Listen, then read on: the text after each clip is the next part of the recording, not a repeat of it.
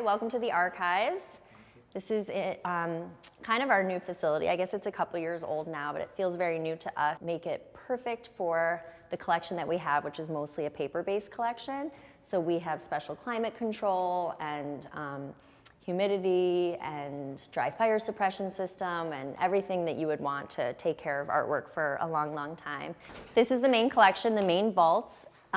We work closely with the filmmakers, specifically the artists who work in story and art, to collect materials that will help populate the archives, and then also work with them while they're making the film to also provide them with resources for their next movie that they're working on. We work with them from the very beginning. It can take up to 4 years to make one of our films. So as soon as there are artists working on a production, even if they're in the really early design phase, we'll start meeting with them to talk about various expectations and the types of things that they'll hand off to us, as well as the ways we can help them.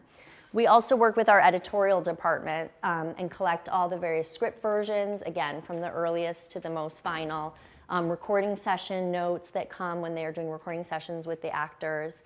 We also then have a historical collection that's much more about Pixar and what makes Pixar Pixar, the culture here and the unique story that we have, from our history to today. We try to look at, I think a lot of people ask, oh, so does most of your art is so digital now?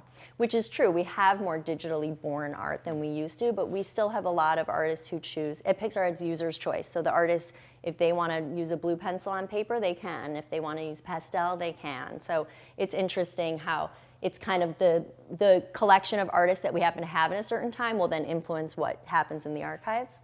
These are some sculpts from, particularly these two, from the original Toy Story. This is Woody and Bo Peep, which is so nice that we have this Bo Peep, now that Bo Peep plays such a prominent role in Toy Story 4. They are made out of Super Sculpey, which is not a material we use today when we make maquettes. I'll talk about that in a minute. So this is a less archival material, but again, when we make our art, it's not for the purpose of having a precious archives to one day display on exhibits, it's to make a movie. So here we'll take a look more at what could have been, but is different as they explored what Woody should look like. The vibe is there, but he had a rounder face, and then this is looking more like him.